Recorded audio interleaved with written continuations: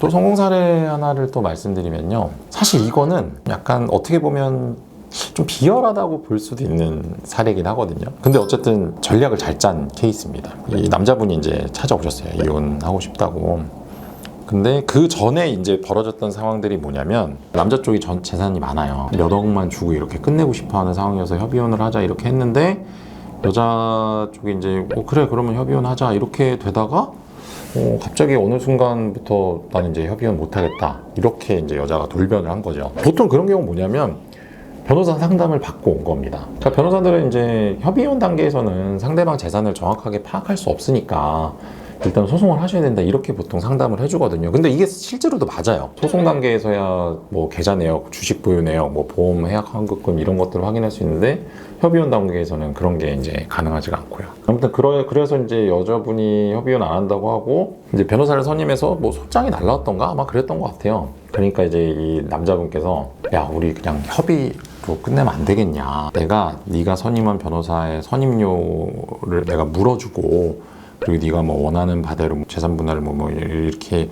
하자 이렇게 해서 그럼 오케이 소치할게 그래갖고 소치하를 하고 변호사랑 쓴 계약서를 이제 갖고 온 거죠. 내가 착수금을 이 변호사한테 뭐 2천만 원을 줬으니까 계약서를 2천만 원짜리 보여주니까 알겠다고 그러고 이제 2천만 원을 주고 그리고 나서 또 협의를 했는데 협의가 안 됐어요. 그러니까 이제 남자가 결국에는 화가 나갖고 이제 결국 이혼 소송 걸었어요.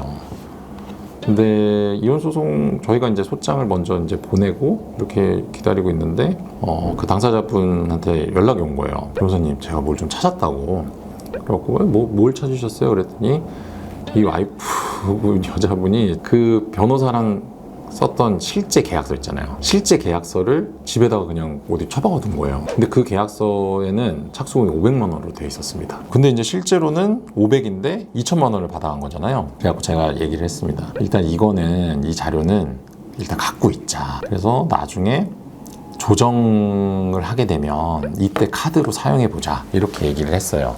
그랬더니 이제 뭐 이분은 이제 너무 화가 나고 이거 그냥 둬선 안 된다. 뭐 형사 고소해야 된다. 그래서 제가 일단은 좀 기다려 보시라고. 그리고 나서 이제 조정기일이 잡혔는데 조정기일을 앞두고 한 이틀 정도 전에 제가 그 자료를 냈어요. 이거 진짜 범죄고 이렇게 1,500만 원 먼저 가져간다. 이거 재산 분할해서 고려해야 된다. 이렇게 썼거든요. 사실 재산 분할해서 뭐 1,500만 원 고려할 필요도 없는 건데 그렇게 하고 이제 조정기일에 나갔어요. 상대방이 원래 요구했던 금액이 한 7, 8억 정도 됐거든요. 재산 분할로. 근데 이제 제가 그 조정기일에서 얘기를 했죠.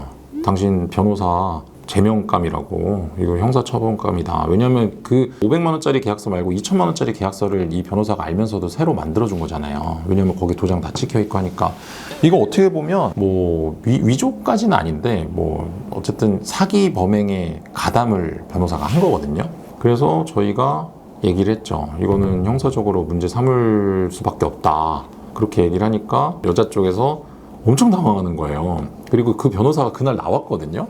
그래서 이제 조정이라는 건 이제 한쪽 당사자가 이제 조정이랑 얘기하고, 그러니까 얘기하는 동안은 반대쪽 당사자는 나가 있거든요. 그래서 그렇게 던지고 저희 나가 있었어요. 제가 이제 남자분한테 얼마까지 후려치실 거냐 그랬더니 자기는 거기서 한 2억, 3억은 깎아야겠다고.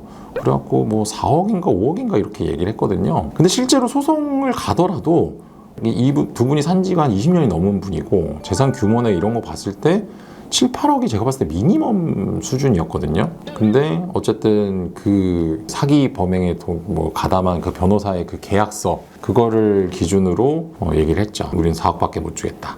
그래서 4억에 합의가 됐습니다. 어떻게 보면은 뭐 그 의뢰인 분 같은 경우는 자기가 최소 줘야 되는 한 3, 4억을 깎은 거니까 재산분할 액수를 엄청나게 줄인 사건인데 약간 좀 너무한 거 아닌가 이런 생각 하실 수도 있는데 사실 승부의 세계는 그런 게 없습니다. 제가 갖고 있는 어떤 카드가 있다면 그거를 이제 적재적소에 이제 사용을 해서 어쨌든 의뢰인에게 최선의 결과를 이끌어낼 수 있는데 사용을 해야 되니까요. 뭐 다시 돌아간다 하더라도 그 카드는 그렇게 썼을 것 같습니다.